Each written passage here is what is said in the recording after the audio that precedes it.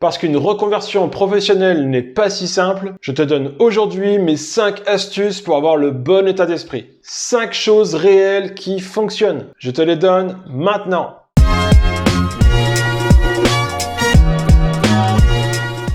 Salut à toi jeune codeur, moi c'est Maxime de la chaîne Max le Codeur et aujourd'hui on va parler de l'état d'esprit qu'il faut avoir pour entamer une reconversion professionnelle. Je vais te donner 5 astuces pour aborder ou enrichir ton projet de changement de carrière. Alors ce qui va être intéressant pour toi, c'est que ces 5 points-là, c'est exactement ce que j'ai mis en place moi-même. C'est quelque chose que j'ai étudié, mis en place, ajusté et j'ai eu des résultats. Ce n'est pas juste de la théorie, pas de bullshit sur cette chaîne. Et toi aussi, tu vas pouvoir les mettre en place. Alors bien évidemment, ça va être ciblé uniquement pour les reconversions sur le développement web. Et ce que je dis, ce n'est pas forcément une vérité absolue, mais je sais que ça a fonctionné pour moi, donc en logique, ça peut fonctionner pour toi. Numéro 1. As-tu réellement envie de développer? Alors ça peut paraître une question très simpliste, mais pour moi c'est une question qui a toute son importance. Il faut vraiment comprendre que le développement web c'est ni facile ni rapide. Donc il va falloir aimer ce que tu fais dans les moments les plus difficiles. Pour savoir si tu vas aimer ça, c'est très simple. Et commencer par apprendre les bases, HTML, CSS, de l'algorithme, etc. Et tu verras tout de suite si tu aimes ça. Si tu n'aimes pas ça, force pas.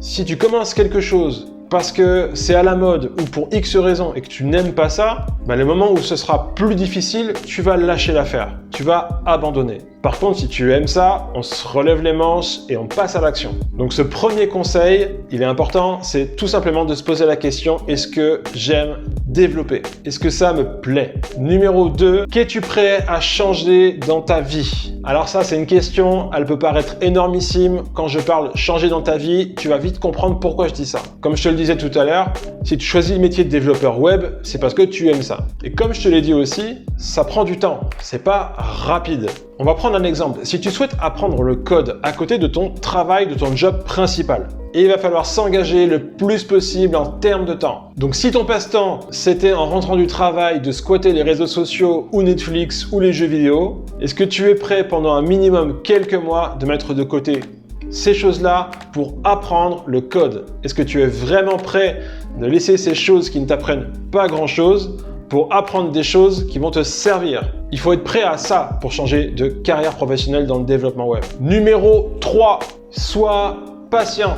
J'ai passé énormément de temps à penser que j'étais bête parce que je ne comprenais pas de suite tous les concepts de code et qu'il me fallait du temps pour comprendre des choses que d'autres comprenaient plus vite que moi. Mais en fait, on s'en fout. Ce n'est pas bête de ne pas comprendre, que les notions ne rentrent pas tout de suite dans le cerveau. Il faut prendre du temps pour les apprendre encore et encore et encore, puis les appliquer en codant, en faisant des exercices par exemple. Comme je te l'ai dit, apprendre à développer, ce n'est pas rapide, ça prend du temps. À moins que tu aies suivi un parcours d'ingénieur ou que ton passé professionnel a été en relation avec le monde du code, il faut comprendre que ton cerveau n'a plus l'habitude d'apprendre autant d'un coup. Il faut donc lui réapprendre à apprendre et lui laisser le temps de huiler la machine. Donc, il faut être patient et à un moment donné, ça va rentrer tout seul. Numéro 4, tu as tout à apprendre. Quand on fait une reconversion professionnelle, on arrive avec un parcours pro, avec un vécu, avec des habitudes. Mais j'ai remarqué qu'avec ce métier-là, il faut en permanence avoir la capacité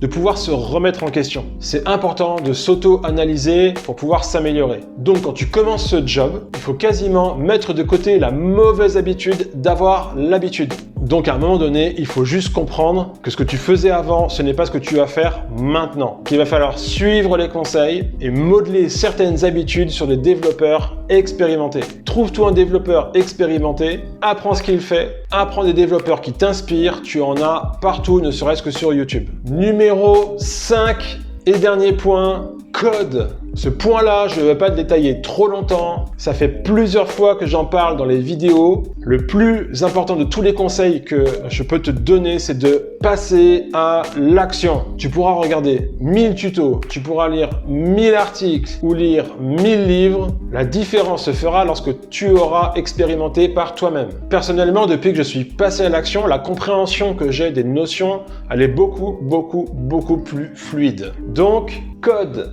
Une petite conclusion pour préciser que tous ces points-là ne sont qu'un retour d'expérience que je ne détiens aucune vérité absolue et que chaque cas de reconversion professionnelle est plus ou moins différent. Pour ma part, suivre ces 5 points-là, ça a fonctionné. Donc, je me suis dit que si ça a fonctionné pour moi, ça peut fonctionner pour toi.